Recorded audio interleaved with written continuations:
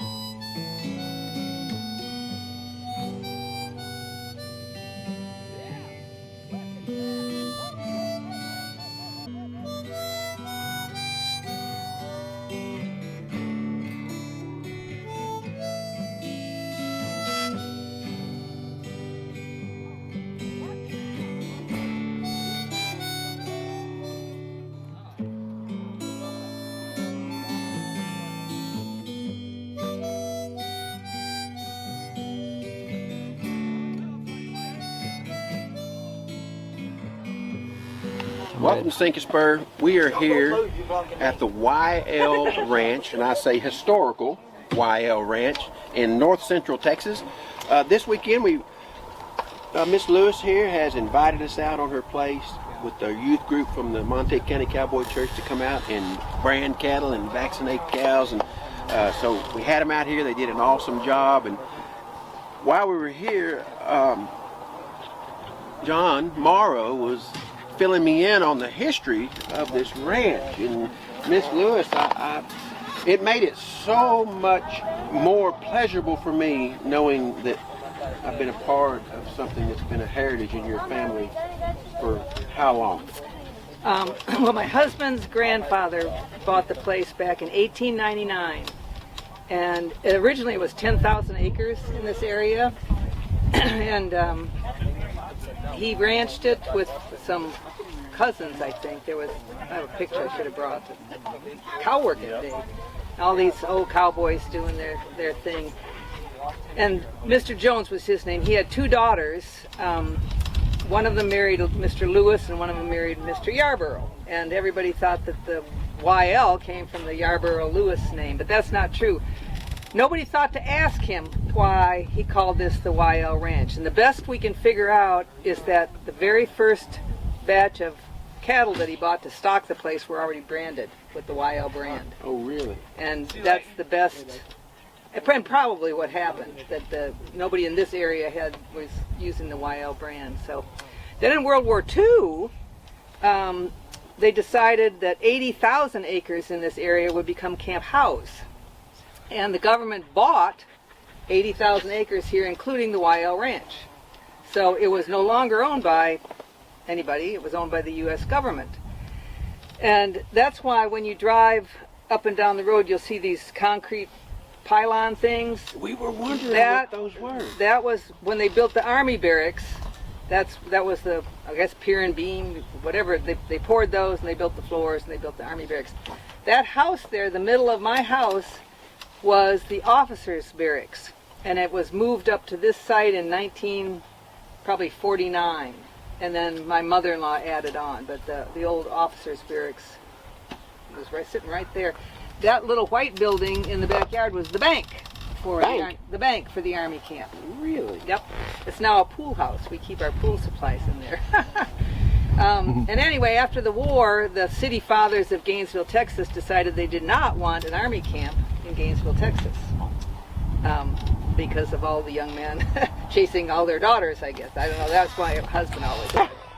So, because we did have the, as I understand it, we had the option of keeping the Army camp here, but the Army camp was closed down, and the families had the first right to buy back their land.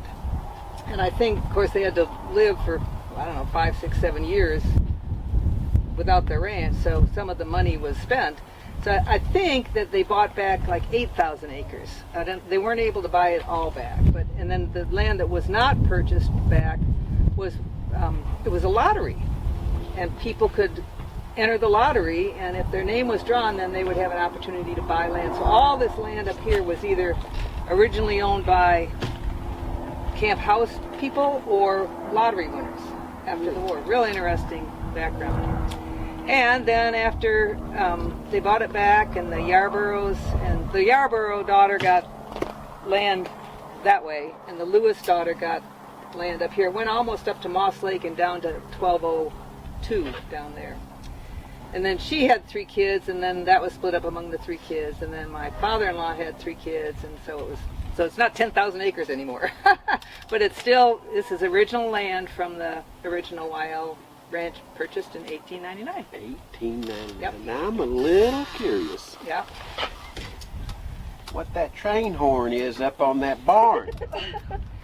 Well, my husband had a friend who worked for the railroad, and one day there was a train horn up there, and it's really, really loud. It's hooked up to a compressor, and I'm an accountant. I was on the phone one day with a client, and my husband decided to do the train horn, and my client said, "Are you all right?" He thought I was like in the car and got hit by a train or something. Right now it needs some repair work because the hose that goes up to make it work has a hole in it. So if anybody knows how to, John, fix my train horn.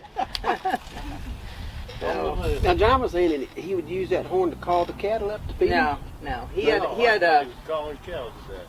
a siren, like a police siren thing that he used. An old one. Oh, Yeah, but he didn't use the train I horn thought to call. Kevin told across the road said he's calling cows to death. No, I don't think. Not that I ever knew. He just do that. So to it was scare entertainment. people. Yeah, it was entertainment. That was. Some new person had come out here, and he'd sneak out there and turn on the compressor and blow the horn, and they get all. He got a big kick out of that. He was quite a prank. So was his dad. They were quite the pranksters. So, and he could probably tell you a lot more. He passed away in 2020, and he had lots of YL Ranch stories. I'm a relative newcomer. I moved out here in 1994. And that's the house my husband grew up in. That was the old home place. And then his dad lived there, and we built a house up there, and his dad moved there, and we moved here. So I've been here since. And you're still right here. Yep. Still am. Well, we can't thank you enough. You're for welcome. letting us come out. The place is beautiful. Thank you. Facilities are outstanding, and those kids, I think the kids had a really good time. I'm Got to glad. learn a lot. Some of the kids that came out never been around this before, so it was all new to them, and it was exciting. And so I can't thank you enough. Well, you're welcome. It thrilled me. We used to, when we were cattle, we had cookouts, and it was a big deal. So this was nice to kind of have a big deal again for a cow working. Good. I'm glad you got to come out and spend some time with us. Yes. Oh, Thank thank you. yes. Well, thank you. This weekend we came up here to help the family. Brand their cattle and vaccinate everything. And so, how do y'all feel everything went? Just fine. Went good. Thank goodness, because John was so nervous this week. I don't know if I could have handled it for one more. He was nervous. Oh my gosh. Were you nervous? Kids made me Him and nervous. I Garrett didn't were want so nobody nervous. hurt. Yes. That was my biggest thing. Nobody got hurt. No cattle were hurt. It worked just like a charm. Well, I believe the reason, God bless us because y'all took your time and you chose good guys to come out and oversee and help these kids. Okay, here. What was the other fella's name? Jacob. Yep. I wish he would have stuck around a little bit. Barbarossa. Then we had Newt over here, Newt Dobbs.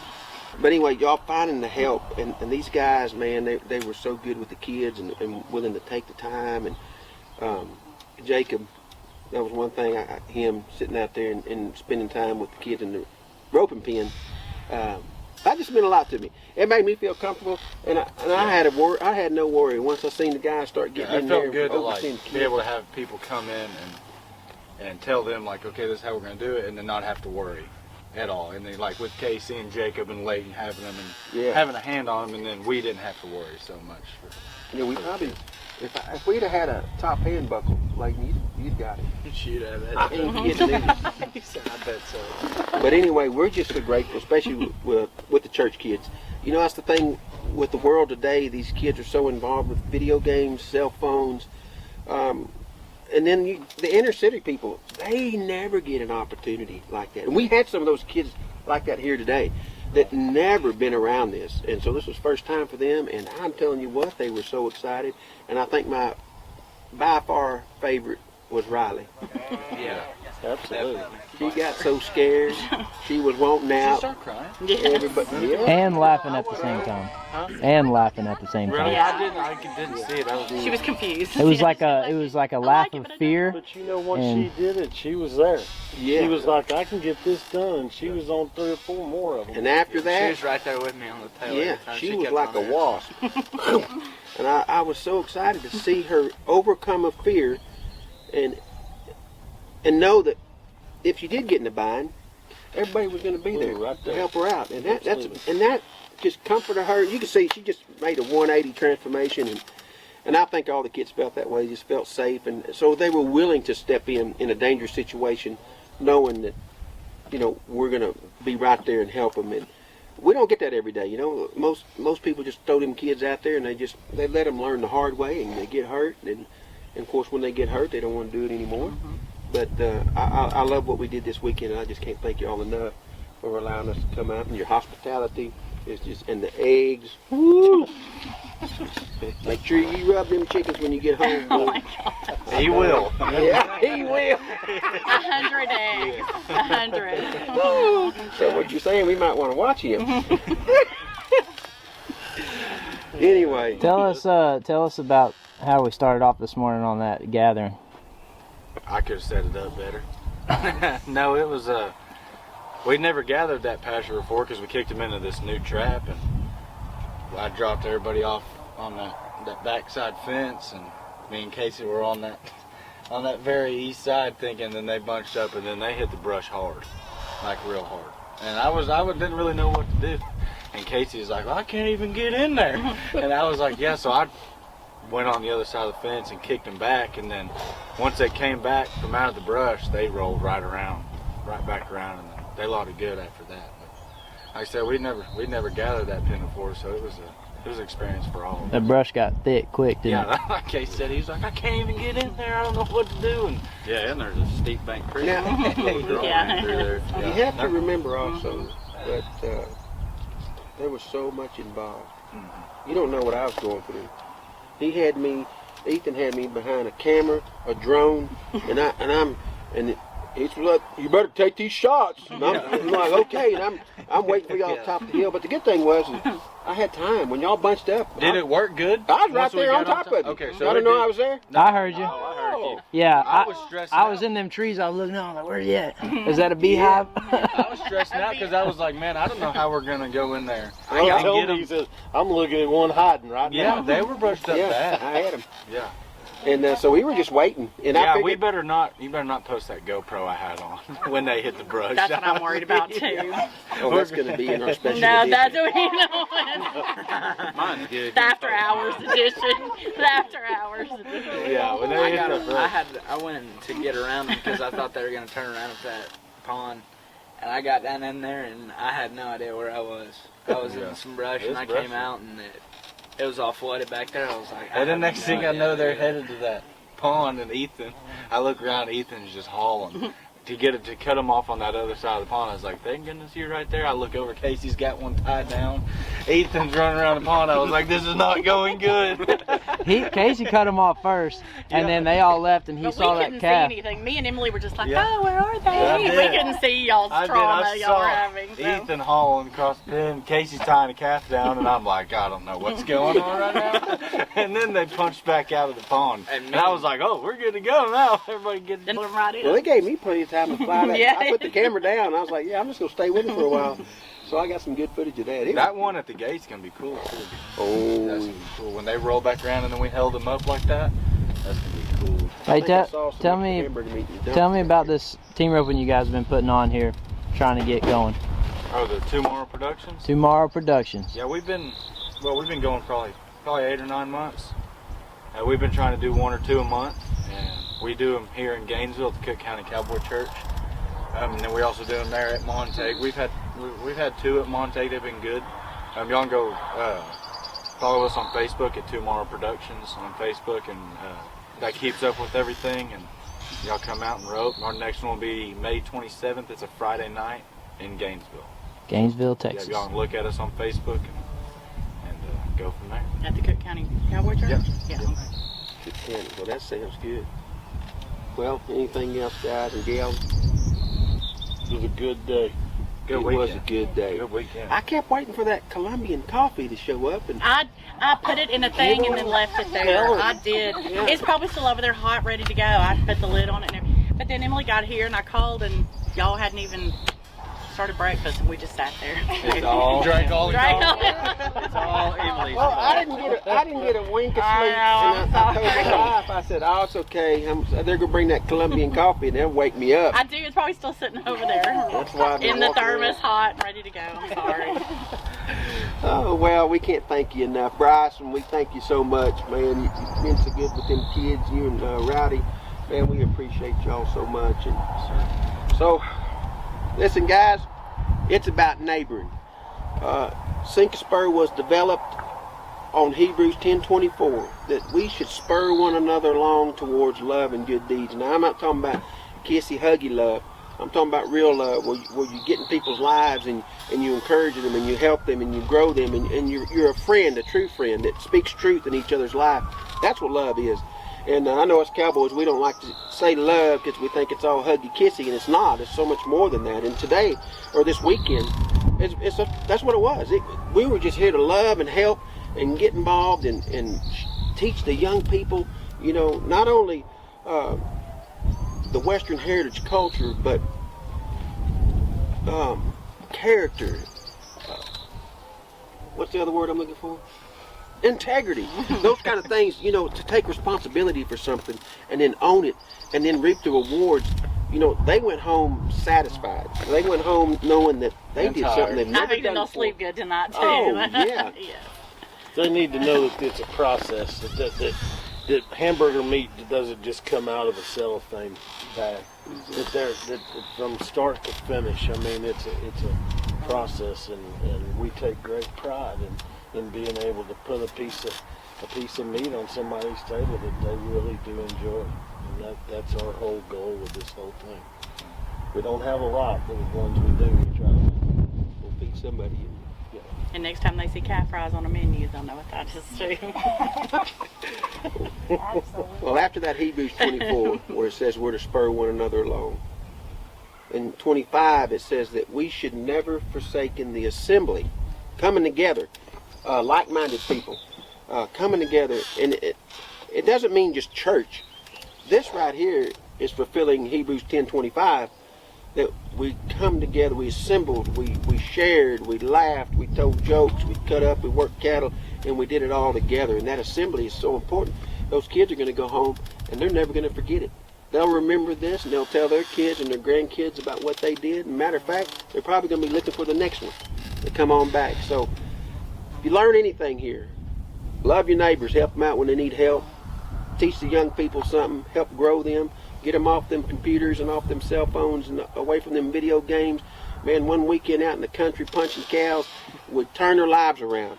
And not only that, but that assembly with good people.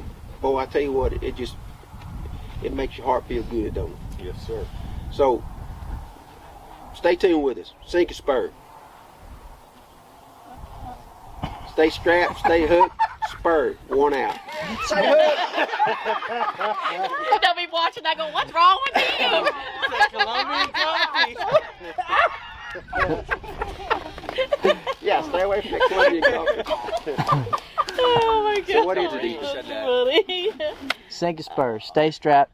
Stay hooked. Sink a spur. Stay strapped in the saddle. Stay hooked on the word. and sink a spur for Christ. Amen. Amen. Amen. See you next time.